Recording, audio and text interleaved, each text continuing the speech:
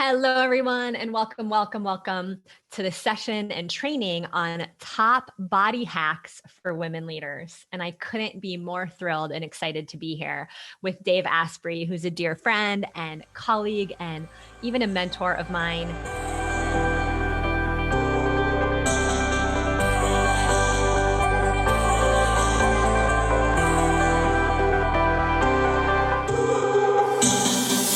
For those of you that aren't as familiar, he is the founder of Bulletproof and Bulletproof Coffee, and he's been sharing his unique point of view and expertise for over a decade to help his fans become the best versions of themselves. And from living longer to getting smarter, maximizing performance to practicing mindfulness, Dave's followers look to him for his take on the most effective techniques to become healthier and more powerful than most doctors think is possible. And Dave, I want to talk to you about your new book, Fast This Way, but I also want to hear from you. What are some of the top hacks? You might not know this, Dave, but you changed my life. I have so many hacks that I use on a daily basis because of who you've been to me and the advice you've given me. You told me to track my sleep. I now wear my Oura ring. I'm sleeping better than ever. You told me to buy a little compression pack of gear I can put on when I fly. And now when I get off the plane, I feel like $1,000,000. Oh yeah. Okay. Yeah. You taught me about intermittent fasting. Like I think about you on a weekly basis when I treat myself like a performance athlete rather than a punching bag. And I'm going to get choked up. I'm going to get choked up just because you're a man in my world and in my, as one of my colleagues who just stands for so much self-love and self-care. Like, how did you come to be doing this? I was a 300-pound computer hacker, Sage, in Silicon Valley, especially back in the day. It was a very masculine, very kind of hyper-competitive world, but it's one that drains you and everyone burns themselves out. And I started my blog in the very early days. It was called the Bulletproof Executive.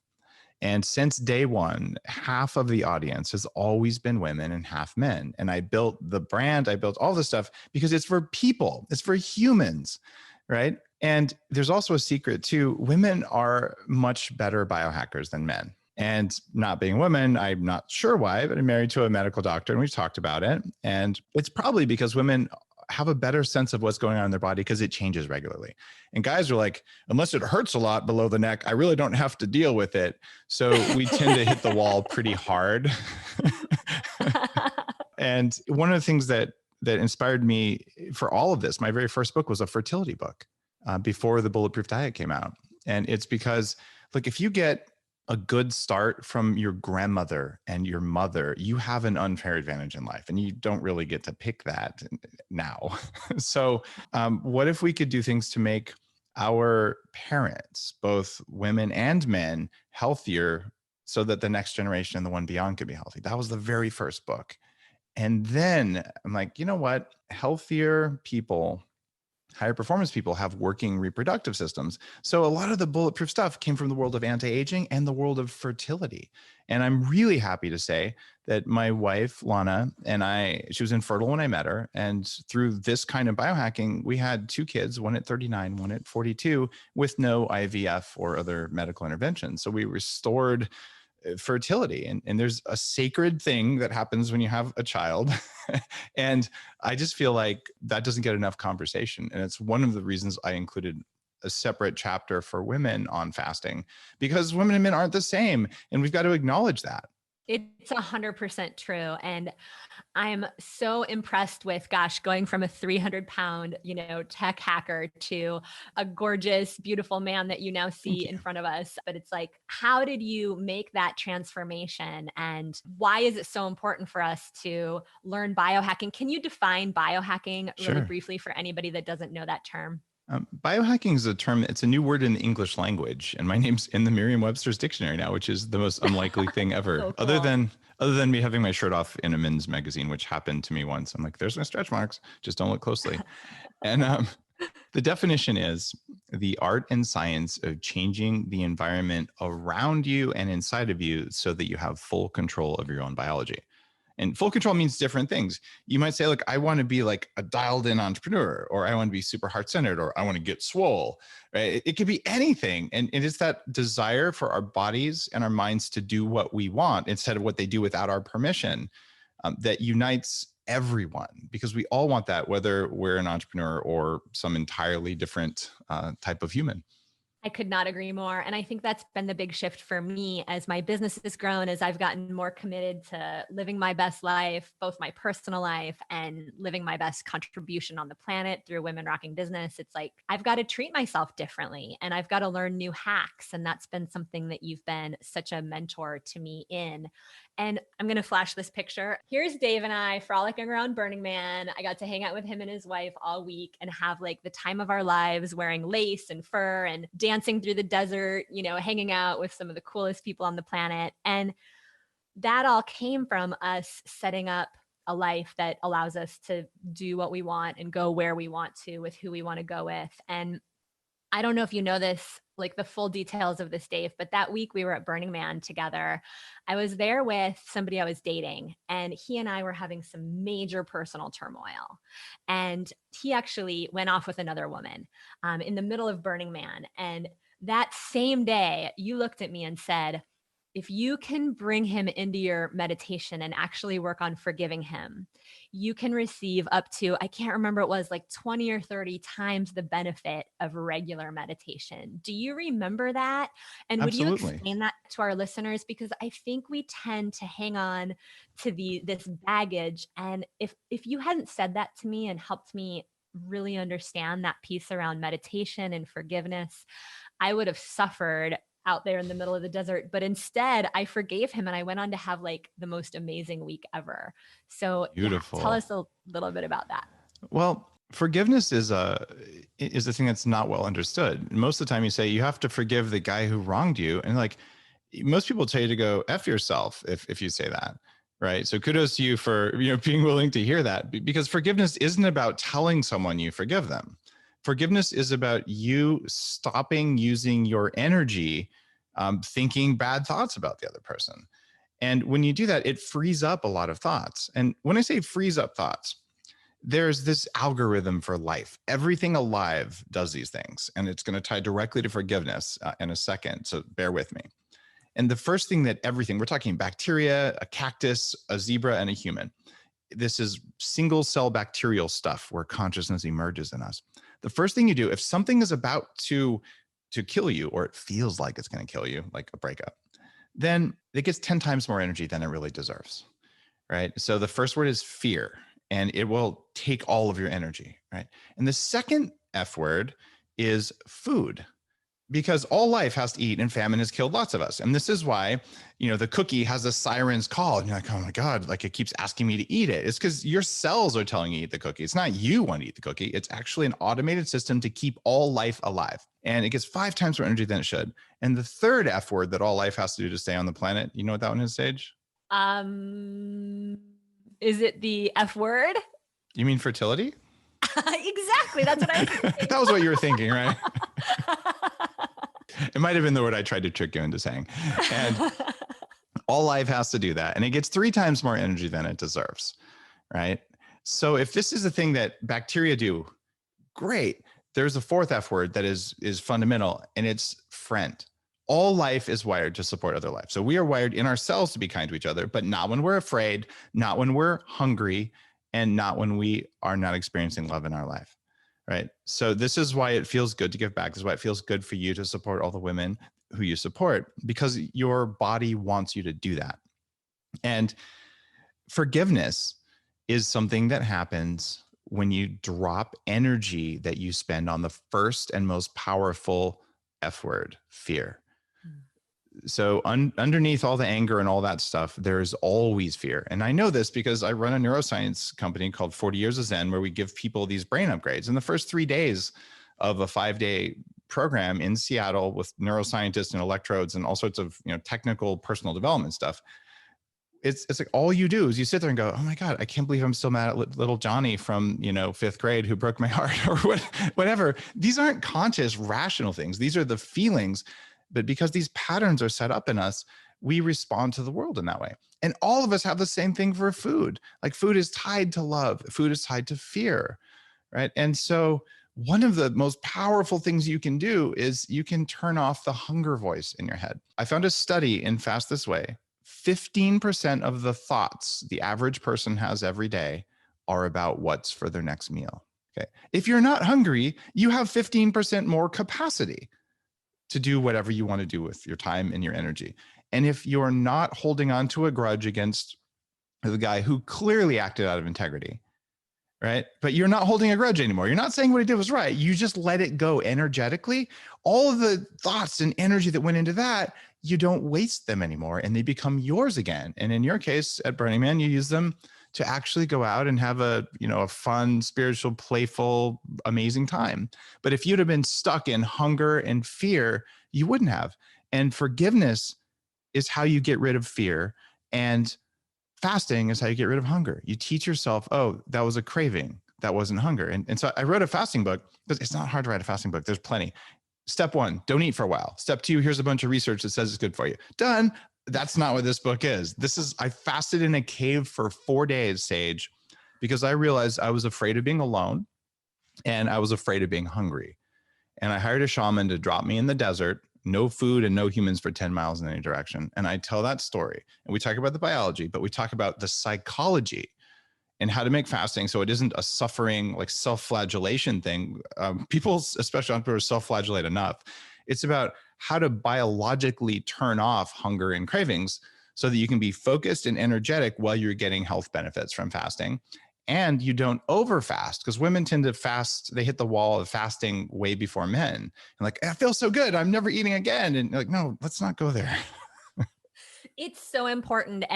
And you and I connected about this last time we talked, because I've done vision quests where I fast for 4 days. And, I go back to those moments when I think about the discipline it takes to be a high performer and run a company and make the hard decisions that we make as we get out in the world. And, the fact that you have studied with your own body and you continue to study with your own body and hook yourself up to electrodes and, share everything that you're learning with your students is so compelling to me, because that's what we're all here to do, to learn and share. And, when you told me about that forgiveness process in the desert, I brought him into my meditation that morning and I had to cry my eyes out, but I stayed with it and I wouldn't let myself get on my bicycle and ride across the desert until I felt some level of peace in my body. And I brought him right there. I brought his face right in front of me. And I waited until I could feel some peace and some loving kindness toward both of us and our circumstance and the situation that we're both human. And you told me that you've hooked people up to electrodes. And when we can bring forgiveness into our meditation like that, it's literally up to 30 times more beneficial to the body. If I'm remembering correctly. And that was mind blowing to me, because I know meditation is beneficial. But when I think about 30x a normal meditation, I'm thinking to myself, everybody needs to know this. This is a major hack for freedom. It is. The harder of forgiveness is, the more angry you are at someone, the more benefits you get when you forgive them. And the trick to forgiveness that is missing from the world of personal development, and it's something that we measure and we absolutely build into the neuroscience program that I do, it's that in order to forgive, you have to first feel gratitude. And as entrepreneurs, we get punched in the gut all the time, right? And it, people say bad stuff about you, about your company, about your intentions, and all that stuff. They treat you unfairly. And what you do then is you sit down and, okay, what's one good thing that came about? And it can be the tiniest little thing, but if you don't have just a spark of gratitude, you can't get the fire of forgiveness. And it's gratitude first. And I don't care if you're saying, I'm going to forgive World War II. Like, what's one good thing that came out of World War II? I'm sure there's one. Maybe a child was born somewhere who wouldn't have been otherwise there. You found something good, right? Millions of people died in a war, but one good thing. It doesn't matter how small it is. And I will tell you right now, find something good that came out of coronavirus. So then you can stop being afraid and all that, like forgive all the whatever is going on out there. This is what lets you be free as an entrepreneur to pursue what matters, because that 10x F word, fear, it will take you out of it. And when we talk about food and fear together, it's okay, this one's 10x, this one's 5x. If they multiply, that's like 50 times more attention on stuff than you need. And that sucks your entrepreneurial energy. It sucks what I'm going to call the divine feminine, which is a great energy to be in to run a company. And it sucks everything from your life. So you can't allow yourself to do that if you want to show up the way you're capable of. Thank you for being a man who's confident saying the divine feminine, right? Dude, I use the divine feminine in my businesses all the time. It's not like men can't have divine feminine in them too. And I have a divine masculine. And just thank you for being a man who is so comfortable really naming and claiming this, because this is the way. Like, we can't meditate and then go eat a bowl of French fries and a beer, to the point of wanting to throw up, and then expect that a little more meditation is going to make us feel better, right? It's like these pieces go together, and learning about fasting and learning about intermittent fasting has also been for me like a game changer, because I'm somebody who soothes with food. And so can you give us a couple of like snippets from the book of just like, why does fasting matter, and why, like, you could write a book, you could write a best-selling book about pretty much anything you wanted to, Dave. Like, you've got the platform, you've got the exposure, you've got the team, you've got the resources, and you chose to help the world by sharing a little bit about fasting. Like, how come? Well, fasting is probably the worst topic to write about. Because telling people don't eat when they put 5 times more energy on eating than is necessary. So if I was targeting the bestseller thing, I probably should have written about here's what to eat more of, right? So just to say there, like, there's a little bit of a risk in this.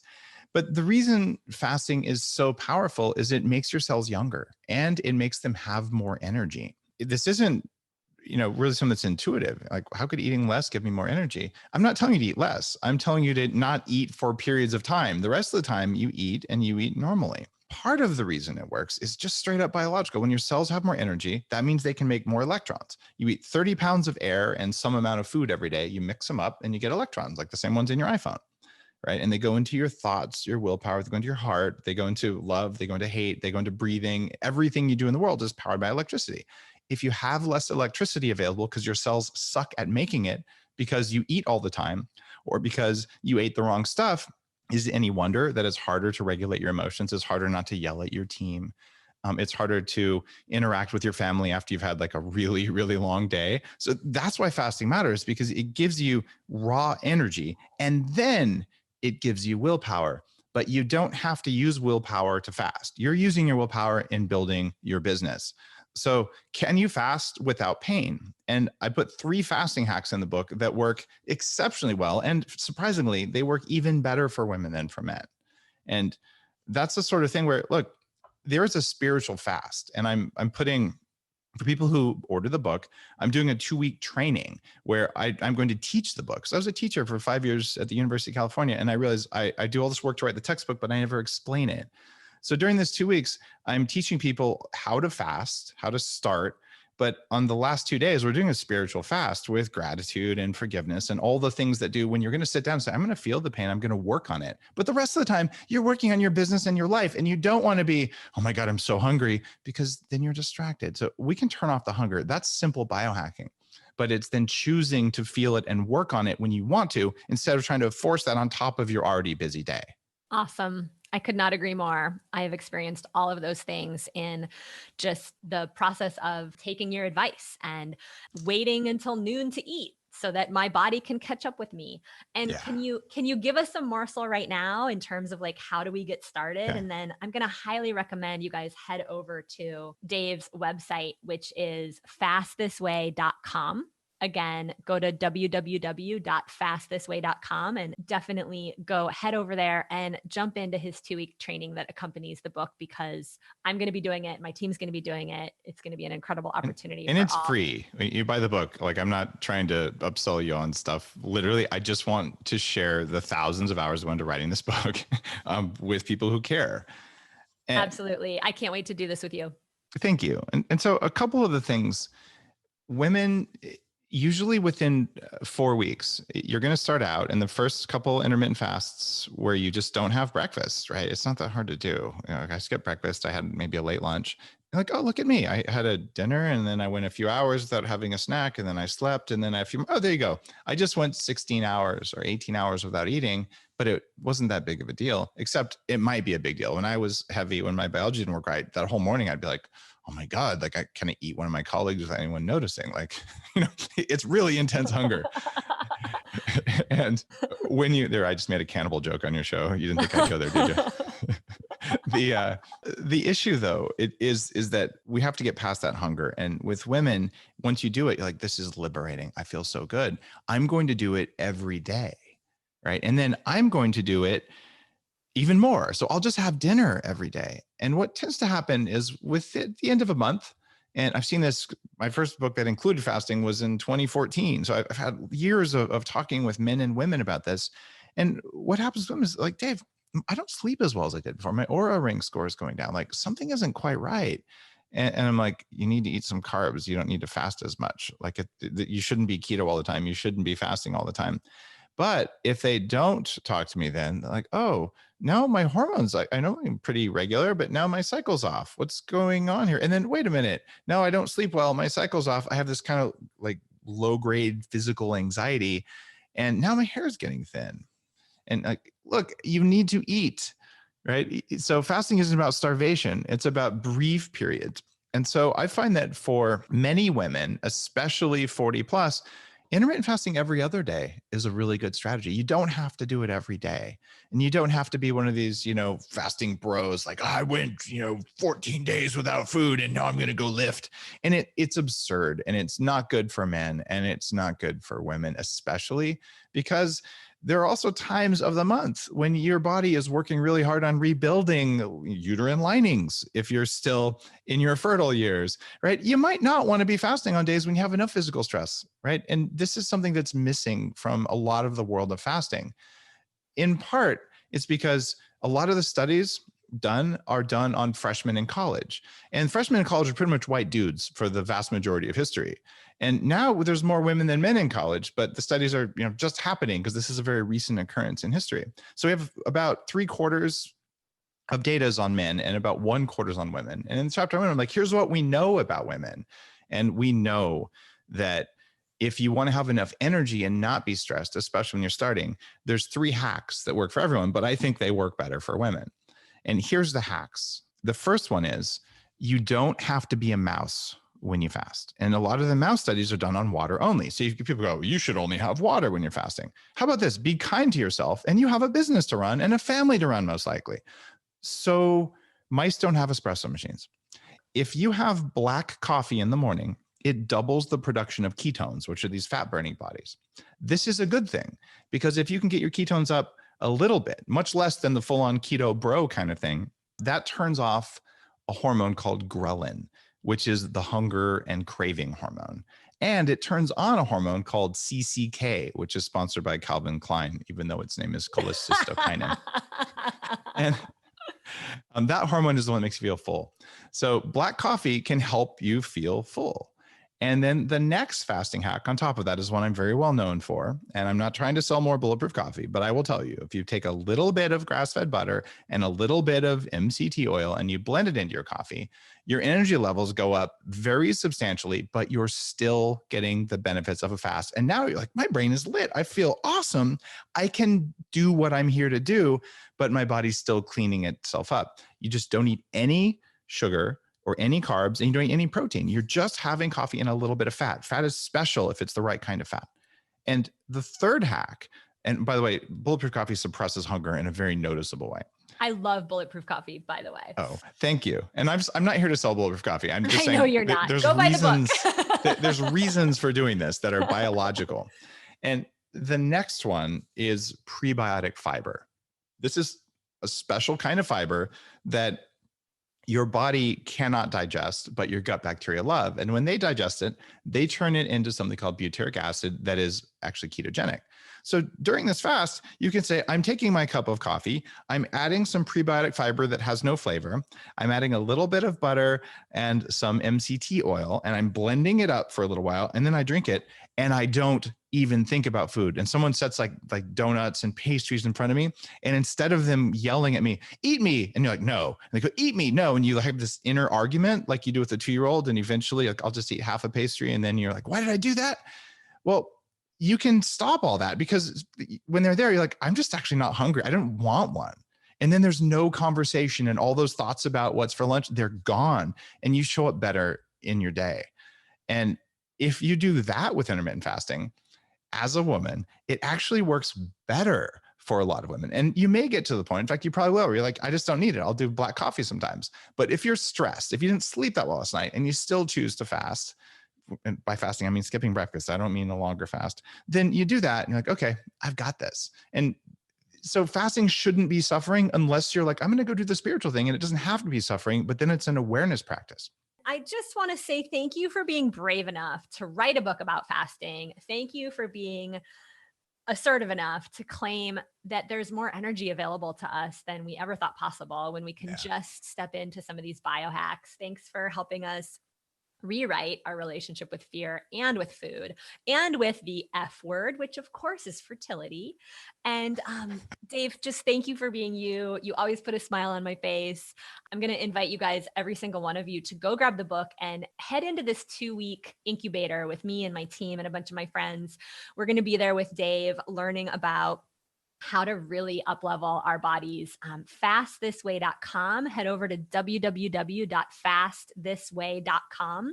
And Dave's providing a 2-week incredible training. This is rare that you do not always get a chance to spend 2 weeks with Dave for the cost of a book. This is probably maybe never going to happen again in history. So likely. I can't wait to be there with you, Dave. It's going to be a blast. And what do you want to leave our listeners with? I'm going to leave your listeners with a piece of advice. People ask me stuff about being an entrepreneur all the time. And this is my favorite piece of advice for women entrepreneurs. Okay. Who washes your socks? If it's you, you're doing it wrong. Okay. That's my advice. Okay. Get help for the lowest level things in your life, whether they're in your business or not, because if someone else can do it, they should be doing it. So you can do your own superpowers as an entrepreneur. You will not grow your company without that. And you can add more energy and all these things. But if you fritter your energy away on things that you're capable of, things that a caregiver does, you can hire caregivers to take care of you. And it's okay to do that. It's really important. I'm laughing so hard because my assistant's in the next room folding my socks right now. And like, doing no kidding, like true story. And I tell this to my clients all the time, like your job is to be in your zone of genius. And if there's anybody I know that can give you some of the actual lifestyle and personal and nutritional and food related hacks, it's Dave Asprey. So go grab his book, fastthisway.com. He's the man. Thank you so much, Dave, for being here. I'm so grateful for your influence on my life. My life is better every single day because you said yes and you did the work to transform from a 300-pound computer hacker to the man that I get to be friends with today. I love you and I love your wife, and take amazing care of yourself. And I'm so excited for this book. Thank you, Sage. And I love you too. Bye, you guys. Mwah. And if you got value from this episode, I invite you to hit the subscribe button so that we can get you weekly business trainings in your inbox to help you grow your impact and your income the women's way. Head over into the Women Rocking Business Sisterhood Facebook group and introduce yourself there, because women go so much further when we go together. Just click the button to subscribe and we will see you on the other side.